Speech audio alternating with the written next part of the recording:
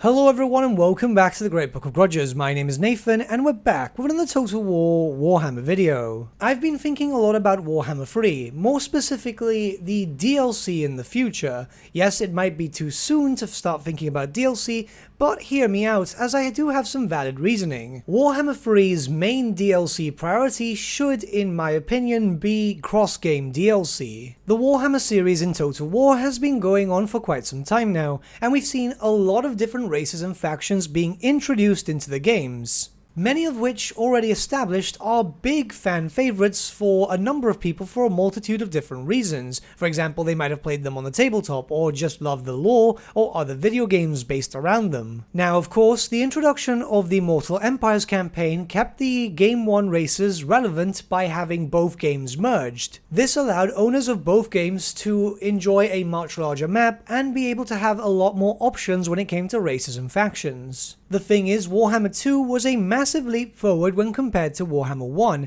and this is for a number of reasons. And I believe because of that, it led to paving the way for cross-game DLC, as cross-game DLC was received very well by the fanbase due to the following. 1, it brought in missing units. As it stands right now, no roster is actually fully complete, not even the Tomb Kings, which were the most complete roster through a DLC. Number 2, it allowed players who only had access to Game 2 to be able to access races from Game 1, for example an Imperial with Kurt Helborg, Repanse with the Bretonnians, and so on. This allowed them to play with the race, see if they liked it, and if that is the case, then they would buy Game 1 and get access to the Mortal Empires, and therefore a lot more content. And lastly, this would allow Creative Assembly to then experiment with the Game 1 races as they've done with Game 2. The Lord packs in Game 2 are much better than those of Game 1 as they could introduce a narrative form of play, a clear goal, some storyline, pretty much what we actually expect from something Warhammer related, and it was done very well even with the cross-game DLCs. Representatives of Creative Assembly had once stated that they would like to bring in all of the Game 1 races into Warhammer 2 through the Eye of the Vortex campaign. Unfortunately, that looks like it's never going to happen, as we're pretty much near the tail end of Warhammer 2, and as it stands, by the time that the Silence and the Fury releases, there are 3 races who didn't make it into Warhammer 2 as playable races in the Eye of the Vortex.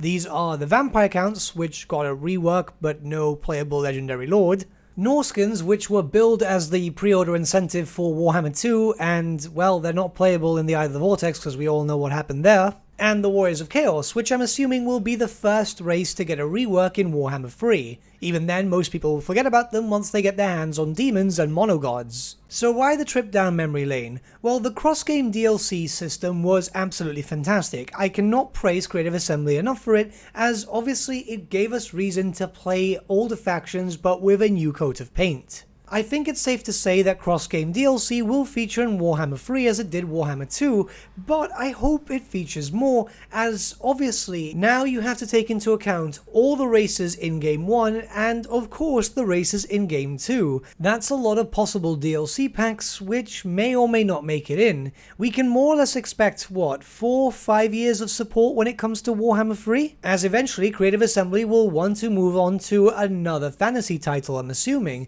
because obviously base games do make a lot of money too. And there's only really so much that they can milk when it comes to Warhammer Fantasy. The grand majority of their basis is all around 8th edition and some other earlier editions, but they're going to run out with content eventually. Warhammer Fantasy is a dead system, let's just be very honest about that. And by that I obviously mean that it's not getting updated anymore. There's no new content coming out for Warhammer Fantasy from Games Workshop, so they really don't have anything else to work on. And then if we take into account everything that's been revealed for Warhammer 3 thus far, more specifically the Khorne faction, we've already seen a full roster that's going to be released on launch. In fact, there's not that many missing units for Khorne. They could probably squeeze out 1 or 2 DLCs for him, and that's really much at a stretch. Meaning that the other Chaos Gods, and possibly Kislev and Cathay too, are more or less around that same level of how many units will be missing and so on. Kislev is admittedly a bit different here, as obviously we know that it's getting remade for Warhammer the Old world, so loads of new minis, models, and all these different other things,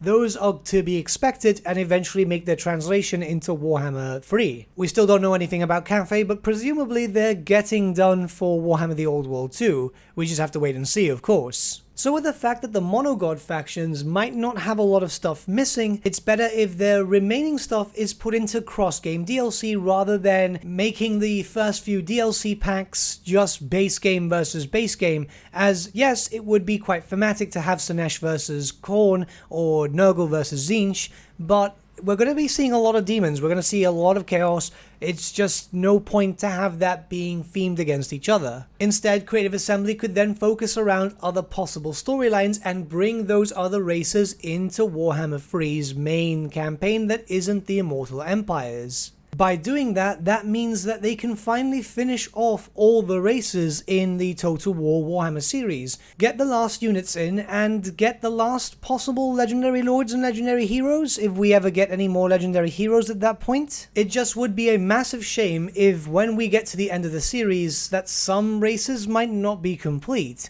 and this is very possible, especially nowadays. We have to take into account that DLC has been, what, 7 months apart at this point? When they used to be around 4 to 5 months apart? Obviously the delays can be linked towards the pandemic, which many or all staff of Creative Assembly have been working from home. As far as we're aware, they're still working from home too, so there could be delays when it comes to DLC, which in theory might see some DLC being scrapped for the game itself too in the future. We still don't know what's going to happen with the whole pandemic thing. Hopefully things clear up soon enough, but it can lead to delays. It's not only Creative Assembly which has been affected, but a lot of other studios. But what do you guys think about the possibility of cross-game DLC being the most prioritized? Obviously it shouldn't affect anything planned for race packs, but I think that Lord packs should be focused around cross-game. I hope I'm making sense in this video, as I'm currently recording in 35-degree weather in my room because that air conditioning unit that the salesman told me was a silent air conditioning unit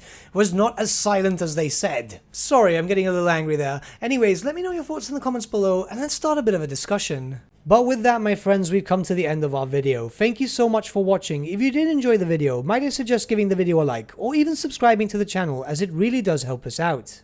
In the description section below are various links to different social media platforms such as Facebook, Instagram and Discord. Also in the description section is an affiliate link with Element Games where you could buy loads of hobby-based products, not just Warhammer, for 10 to 25% off. Making a purchase using that link and also our special code, which is also in the description, supports the channel at no extra cost to you, which we think is rather cool. A big thank you to our patrons. Your support means the world to us. It's amazing that people want to help a small channel like us grow and get to a higher level of content. A big thank you to Gibraltar LUSC, Ryan Bertsche, Andrew Prince and Okro for subscribing to us at our Fane level. You guys are super cool. And a big thank you to Edward Yule, VS Vasan, Aaron Whitman and Shaggy for subscribing to us at our King level. Honestly, we can't thank you all enough. And lastly, a big thank you to all of you for liking, sharing and commenting on these videos. Honestly, it's because of you guys that the channel has been growing at such a great pace lately, so we can't thank you all enough. But with that, my friends, thank you so much for watching once again, and we shall see you all again very, very soon.